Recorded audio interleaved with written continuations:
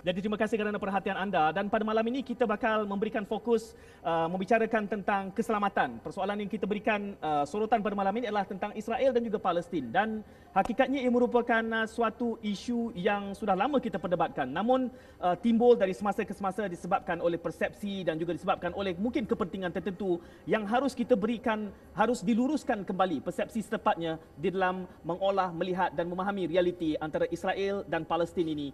Keselamatan siapakah yang harus kita perakukan? Kita berikan tepukan kepada Ustaz Abdullah Zaid Abdul Rahman. Okey. Ustaz Abdullah Zaid adalah merupakan pengerusi eksekutif Aman Palestin dan juga merupakan Presiden ISMA. Dulu kita memberikan fokus bila kita bercakap tentang Israel Palestin saja, kemelut di Asia Barat, maka Ustaz lah orangnya. Jadi terima kasih Ustaz sempat bersama kami. Kita ingin mengetahui juga perkembangan mutakhir di sana seketika nanti. Ustaz Abdullah Zaid, bersetuju dengan premis kedua-dua panelis yang awal? Okey. Bismillahirrahmanirrahim. Alhamdulillah wassalatu wassalamu ala Rasulillah. Tuan-tuan dan puan-puan sekalian, saya nak buat satu perbandingan di sini. Perbandingan isu Israel ini seperti kita dalam sedang duduk dalam satu keluarga, dalam satu rumah. Tiba-tiba datang pencuri dan perampok masuk rumah kita, dan menghalau kita keluar, dan menuntut supaya kita duduk di sana di halaman rumah kita, dan dibuat khemah untuk kita, dan kita duduk kat sana, dan dia membangunkan rumah kita dan memakmurkan rumah kita. Jadi itu analogi yang dibuat oleh seorang syekh apabila cuba menerangkan secara mudah apakah isu Palestin ni. Ibarat isu Palestin ini seperti itu. Kita yang duduk di dalam satu rumah sedang aman damai, sedang bersama dengan anak pinak kita, kemudian datang perampok, pencuri, menghalau kita keluar dan suruh kita duduk di luar rumah. Jadi dalam konteks ini, siapakah yang sepatut kita protect? Siapakah yang patut kita lindungi keselamatannya? Itu persoalannya. Jadi keselamatan Israel ataupun keselamatan Palestin tidak timbul langsung.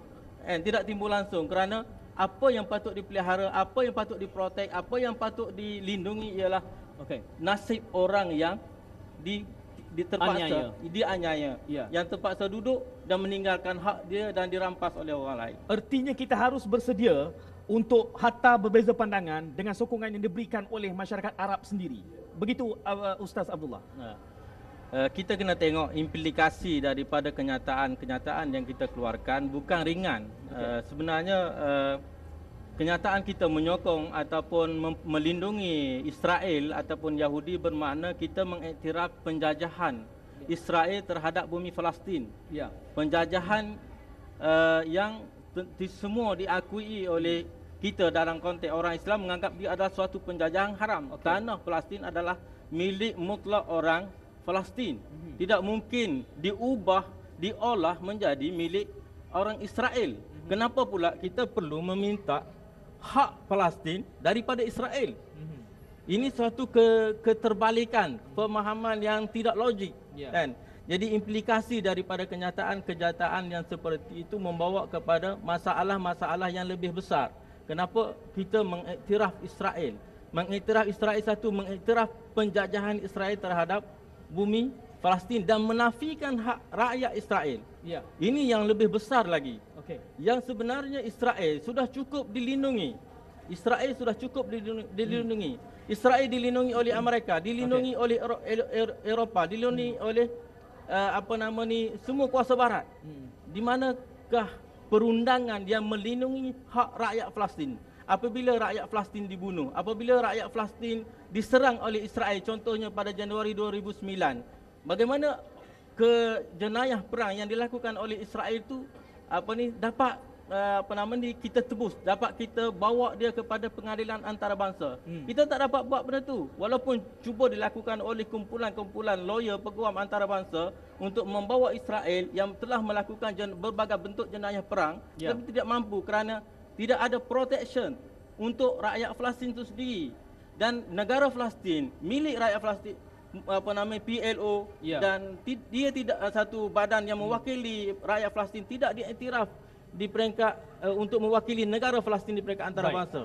Kita boleh dalam Islam, kita boleh dalam menerima perdamaian, boleh menerima perdamaian, dan ada dalam Islam isu yang berkaitan dengan gencatan senjata. Ya. Ada isu yang berkaitan dengan gencatan senjata. Tetapi Israel dalam sejarahnya, sepanjang sejarahnya, sama ada perjanjian dia dengan orang Palestin ataupun resolusi-resolusi yang diluluskan oleh PBB, puluhan resolusi diluluskan oleh PBB, Tidak pernah dihormati. mereka tidak pernah mengendahkan dan tak pernah melaksanakan dia. Tak pernah menghormati segala Tidak pernah keputusan. menghormati. Jadi antara teori, kaedah, isu, dari segi akademik orang boleh bercakap tentang akhafud dararain. Tapi Ya. dari segi realiti, sebab itu Ya. kenapa Hamas menang dalam pilihan raya pada 2006, 2005? Kenapa Hamas menang? Kerana rakyat Palestin di dalam Palestin dan di luar Palestin sudah tidak lagi beriman dengan rundingan.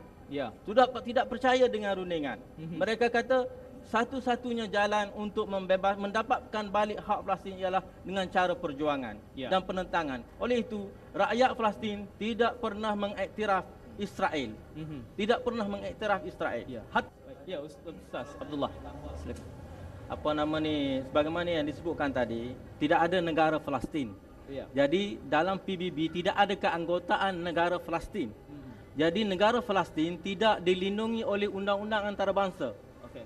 Di bawah PBB ada satu badan yang memprotek negara-negara yang dijajah. UNCHR. Tetapi negara Palestin juga tidak masuk di bawah ini. Okey. Tidak masuk di bawah UNCHR. Dibuat satu badan khusus untuk orang Palestin dinamakan UNRWA. UNRWA ni hanya untuk menangani masalah kemanusiaan. Masalah kemanusiaan. Makna kalau Israel serang lagi sekali Palestin, dia orang akan hantar bantuan. Itu saja.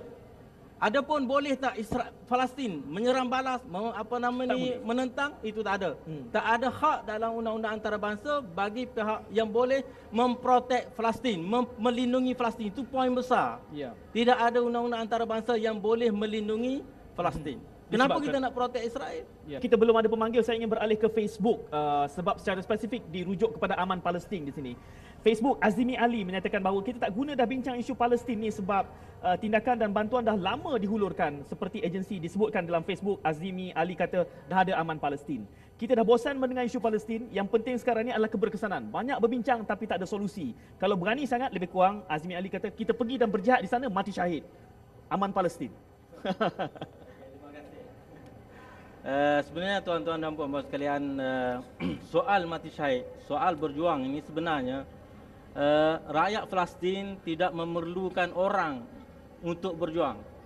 Kalau kita pergi ke Gaza, kita pergi ke Palestin, di sana ada satu barisan yang tak habis, ribuan pemuda bersedia untuk mati syahid bila-bila masa. Bukan orang dewasa. Dan sekarang ni tuntutan daripada wanita sendiri. Wanita pun nak masuk. Walaupun ulama memberi fatwa wanita tak payah, tetapi di sana semangat orang Palestin untuk membebaskan negara dia tu mengatasi segala-gala kepentingan.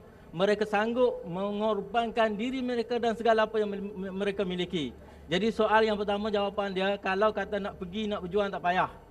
Tapi kalau ada kereta, jual kereta, bagi duit saya boleh bagi hantar. Kalau ada rumah banyak, jual rumah, bagi duit saya boleh bantu. Kalau harta banyak, tanah banyak nak wakaf, saya boleh tolong hantar. Tapi kalau nak pergi kerana semangat tak perlu. Kita perlu menangani isu ini, isu strategik, isu yang melibatkan keselamatan di peringkat antarabangsa. Tak boleh sembrono. Tolong jangan buat ikut semangat.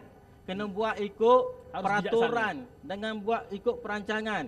Jadi apa yang diperlukan sekarang ialah sokongan moral daripada kita. Sekarang kita forum ini, kalau dilihat, dipandang, disaksikan oleh orang Palestin, betapa bangganya mereka, betapa bangganya mereka dengan kita yang telah menyokong mereka. Begitu juga dari segi keuangan. Mereka sekarang ni mereka berada di barisan hadapan. Mereka perlu survive.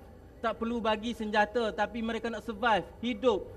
Israel cuba dengan sedaya upaya menekan mereka supaya mereka meninggalkan bumi secara sukarela. Ada di kalangannya perancangan mereka, dan mereka beli tanah Palestin sejengkal ini pun berapa letak, cek kosong, Israel akan bayar. Jadi berbagai-bagai helah da'ayah yang mereka gunakan supaya orang Palestin meninggalkan bumi Palestin secara sukarela. Jadi kita nak kena bagi mereka ni rasa boleh tahan. sanggup berjuang. Sekarang ni dah ada berapa? 60 tahun lebih mereka berjuang. Dan mereka perlu lagi banyak masa, cabaran lagi banyak, lagi besar. Saya nak sebut sikit.